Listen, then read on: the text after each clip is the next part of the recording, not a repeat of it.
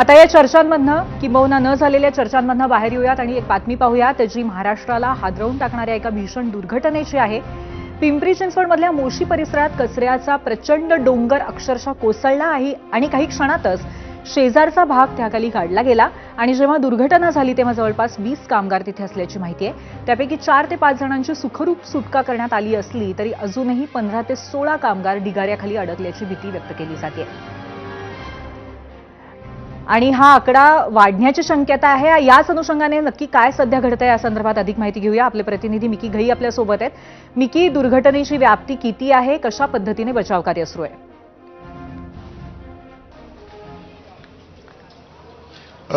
पूर्वी जर आपण बघितलं पिंपरी चिंचवड महानगरपालिकेच्या हद्दीतील मोशी या ठिकाणी जो कचऱ्याचा हा मोठा प्रकल्प आहे त्याच ठिकाणी त्याच स्पॉटवर सध्या मी आहे आणि इथं जर आपण बघितलं तर जी मोठी इमारत ढासळलेली होती ती इथं जर बघितलं तर एनडीआरएफची टीम सध्या या ठिकाणी बचाव कार्य सुरू आहे।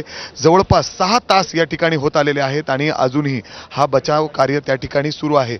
एनडीआरएफचे जवान वर जर आपण बघितलं तर त्या पद्धतीने वर उतरतायत। जवळपास जे 17 लोक या इमारतीच्या आतमध्ये अडकलेली होती त्यातील जवळपास 7 लोकांना बाहेर काढण्यात सुखरूप एनडीआरएफच्या जवानांना आतापर्यंत यश आलेलं आहे। अजून सुद्धा या इमारतीत 10 जण आतमध्येच अडकलेले आहेत आणि अजून किती वेळ या ठिकाणी लागेल याची अजून सुद्धा श्युअरिटी नाही अशी परिस्थिती आहे।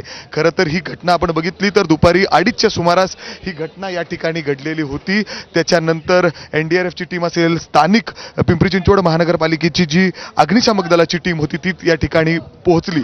समोर ती इमारत जी आपण बघतोय ही शासकीय इमारत आहे। इथं याच इमारतीमध्ये जे ग्राउंड +2 अशी 3 मजल्याची इमारत आहे। या इमारतीमध्ये कॅन्टीन आहे, वरच्या मधल्या ऑफिसेस आहेत। या सगळ्या ऑफिसेसमध्ये लोक होती, जवळपास 20 अंदाजे 20 लोक या इमारतीमध्ये होती आणि जी पावसामुळे जो ढिगारा कचऱ्याचा वाहून आला थेट याच इमारतीवर आलेला होता आणि त्यानंतर आपण बघतोय ती इमारत अक्षरशः पूर्ण टिल्ट झालेली आहे, एका बाजूला कंडलेली आहे अशी ही इमारत।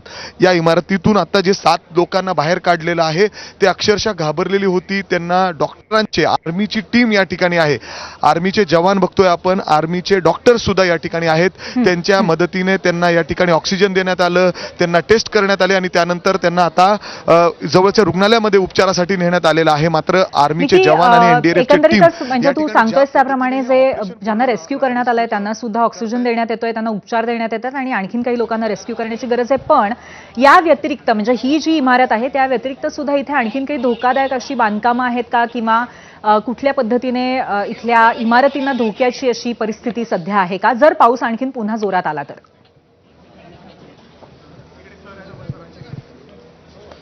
पूर्वी जर आपण बघितलं तर हा पूर्ण गार्बेज डम्पिंग झोन आहे आणि त्यामुळे इथं उंच उंच कचऱ्याचे डोंगर आहेत। अर्थातच जेव्हा मुसळधार पाऊस होतो त्यामध्ये कचऱ्याचे ढीग अशाच पद्धतीने वाहून येऊ शकतात। अजून सुद्धा इथं आजूबाजूला इमारती आहेत।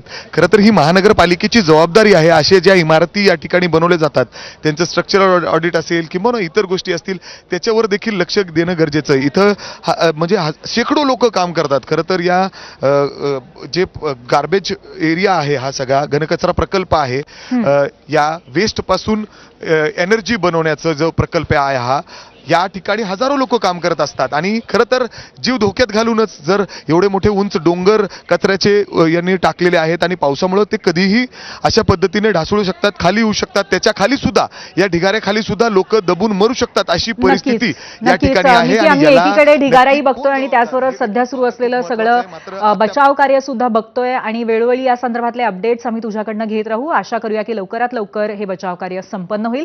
धन्यवाद तू दिलेल्या माहितीबद्दल। आणि आता पुन्हा एकदा देशाच्या आर्थिक राजधानीकडे म्हणजे मुंबईकडे येऊया।